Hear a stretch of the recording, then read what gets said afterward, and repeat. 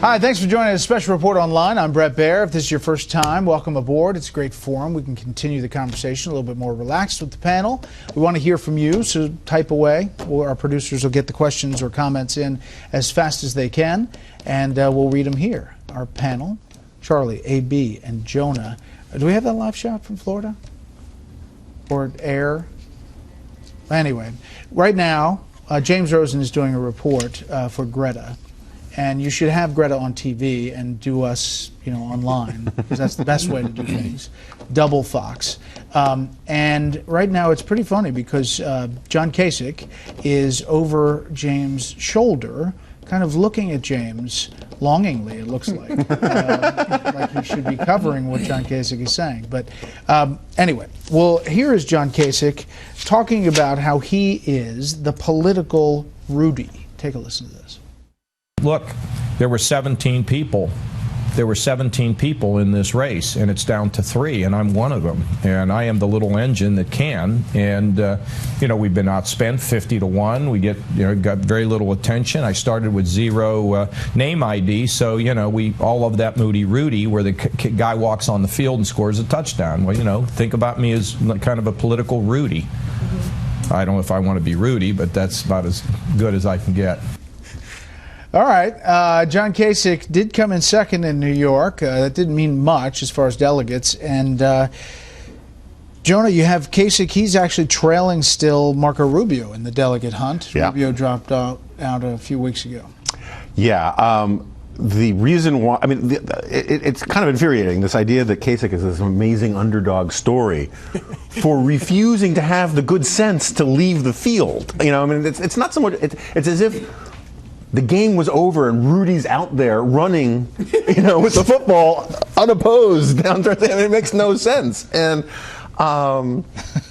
this idea that somehow he's going to get to the convention and everyone's going to say this is. Oh, that's the other thing. He does this every single time where he says, people haven't gotten to know me yet. People are just getting to know me. And yet he says in these matchups with Hillary Clinton, he's crushing her in the polls. Well, which is it? Do people know who you are? And that's why they think they'd rather you over Hillary, or they do not know who you are, which is why they're not voting for you in any of these primaries. We like to be accurate online and all over. And I just want to say that Rudy didn't have a touchdown; he had a sack. That's right. That's correct. That's right. That's right. That's right. Oh, don't tell the governor. We know our Rudy here. AB. So John Kasich, he's making his pitch. He's in some of these polls, Pennsylvania. He's up there. He's competing. I think he's in third behind Ted Cruz, but he's right there. Right. Look, he shares with Bernie Sanders this feeling that there might be a coming explosion. Almost time. And in that explosion, you have to still be running. You can't be someone who had left the field. But he also shares with Bernie Sanders this feeling that he's never had a better time in his life, and he literally can't stop. Yeah. So as much as there is pressure from the establishment for John Kasich, who's the most experienced, really of all the candidates, including Jeb Bush, has the best sort of traditionally thought of resume, breadth of experience, as much as there's pressure from those people for John Kasich to please stay in and be a contender, because he would make the most sense in the case of, an open convention fight, and anything can happen, and on and on. It is obviously beginning to look more painful for him to rationalize. He could come in second in Connecticut. He came in second last night in New York. But second's not really going to get you there. If Cruz is mathematically eliminated, Kasich is obviously just waiting for a full fight. And he does, to his credit, match up the best against Hillary in 15, consistent polls without interruption. But in this, that's not really electoral environment, in this outsider driving it's not the day, really it's not really getting him anywhere right now. Because you have to get through the Republicans before you get to the general election. Here is Ted Cruz on John Kasich and his chances. In the case of Lion Ted Cruz, Lion Ted lies. Oh, he lies. He has lost now, I think it's 31 states. He's won a total of 1, his home state. His plan apparently rests upon losing 49 states, going to the convention, and having all of the delegates say, the guy that lost every state in the union except his home state, that should be our nominee. That quite simply is not going to happen. He sounded a lot like Donald Trump at the beginning, but he eventually got to take Cruz. He had a coughing fit. Yeah. Coughing fit. What about that? Well, I mean, obviously this is a good point, and it's the problem facing anybody that was in the race at any point. They lost enough of the, they not only did they not win, but they were actually rejected in so many contests that it does make it sort of difficult to then turn to them. But what's funny about it is in any other election year, in any other political news cycle, John Kasich would be the most entertaining, hilarious. Yeah.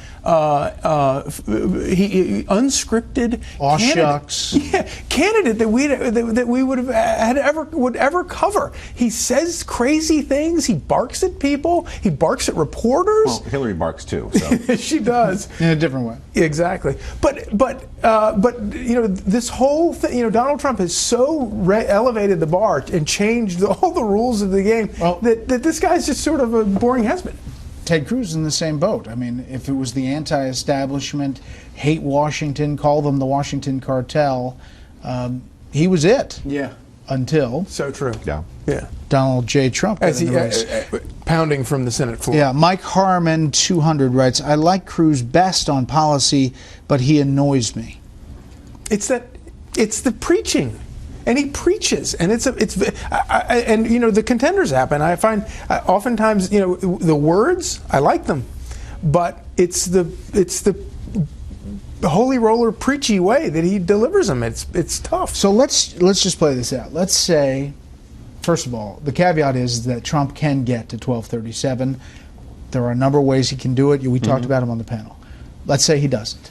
Let's say he doesn't convince in that interim time from June 7th to July 18th the necessary delegates to go over the top on the first ballot. Is Ted Cruz assured that the convention is going to get him in number 2? I mean, that likability factor that you see again and again and again. And who knows? First of all, who knows? Because he's definitely been good about getting his guys, his delegates going to the convention. But once you're there, the delegates become, this is why all this talk about the establishment bringing in someone from the outside makes no sense. It has to happen organically. It has to come up from the delegates. The delegates are going to decide everything. They decide the rules. I think that Ted Cruz has a problem if it goes, I think Ted Cruz actually can win on the second ballot. If he doesn't win on the second ballot, I think he's got the exact same problem that Donald Trump has, which is that he's going to start losing some of these guys who said, hey, look, we were with you when we thought you had it. And then, like Hugh Hewitt, he talks about how some bound delegates may just stay in their hotel rooms for the first ballot. Roger Stone will find them. Yeah, probably, but I mean, dragging them out, getting bikers to drag them out is not a great look for Trump. And so I think it's a very high potential of just a total free-for-all. And the only way a white night happens is after these guys have run out of clean clothes. They all stink because they've been there for 2 weeks. And there's we got to find someone we can all agree on. And that's the only way that happens. That's how the RNC is saying, that's their answer to everything. 1237. You bring me somebody to Cleveland who can get 1237, right. They will be the nominee. And they're not saying, it's one of these guys, it's likely one of these guys, but if whoever can get to 1237 and that's is the why one. I mean, they're just not going to change those rules. These people this is a Trump is running as a Republican. If he has the most toxic numbers in the history of polling as a general election candidate, which he does, and it's June 25th, and these people who are rank and file, super party people, and he gets there with 1139 or whatever, or 69, and it's about winnability, and he looks like Hillary's going to swat him around. No, they're not going to break the rules. The rules are not plurality of the majority. So we can sit here and say it's a great argument for Trump. The system's rigged. I'm going to have the most votes, and it's all those things. But we're talking about someone with toxic numbers who are putting Mississippi in play for Hillary Clinton. Okay, so you tell that to Delegate Snodgrass from Oklahoma, and he's going to say, you know what? I want Tom Coburn. I don't know what's going to happen. Right. That's what we have no idea. Their response to that, and I've asked that question to the Trump people, is He hasn't even started on her. He hasn't even started on her. She's a horrible candidate. Her negatives are almost as high as his. And when that happens and it gets down into the nitty-gritty, who's better than Donald Trump to fight in the mud? I don't know if Delegate Snodgrass from Oklahoma is going to be swayed by that argument. I'm not a delegate. It's going to, as Jonah said, it's not up to Reince Priebus, and it's not up to the media. No. It's up to these delegates who believe big time in this totally broken Republican Party that is basically on life support. They want it to continue. They're believers.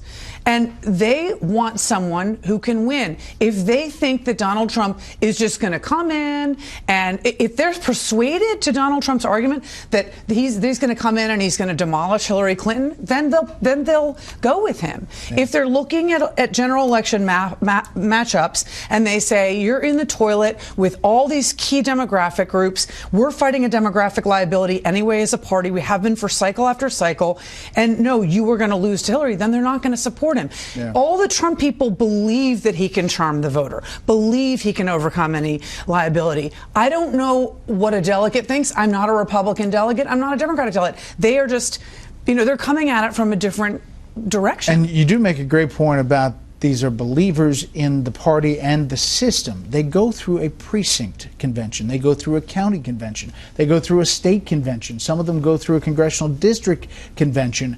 This isn't the guy that is just done mowing the lawn and says, I'm going to be a delegate. It's not a voter. Right. I mean, this is a guy that is in for the long haul, or woman, I should say, and they've probably done it before, probably done it a couple of times before, and they're now in. Yeah, and they're also very pragmatic voters, and they're the I think most people don't most primary voters don't go into the booth voting strategically. I think people vote usually for whatever is in their gut, but these people do vote strategically. And AB is not to frighten her, but I agree with her that they're going to look at this and take into consideration all of these things, but. We have campaigns because polls change, and people can change those numbers. And Donald Trump has done a very good job of. He's a fast learner. He can be extremely charming, both in a public setting and in a private setting. And if he is able to convince them that he is malleable enough in terms of his demeanor. We hear him talking about how his wife tells him he needs to act more presidential and stuff. That's a pretty humbling sort of thing to say. And if he can convince them, and again, if he needs 60. That's what the unbound delegates are there for, and he's talking to them, and if he can convince them that Lion Ted is, or at this point he's probably saying Senator Cruz, Senator Cruz is he's really good at working these back rooms and stuff, but he's a marketing guy. And if he can remarket himself as with these people, this tightly focused group of audience, if he can remarket himself as a sunny, more cheerful fighter who can dismember Hillary Clinton, I mean, her number.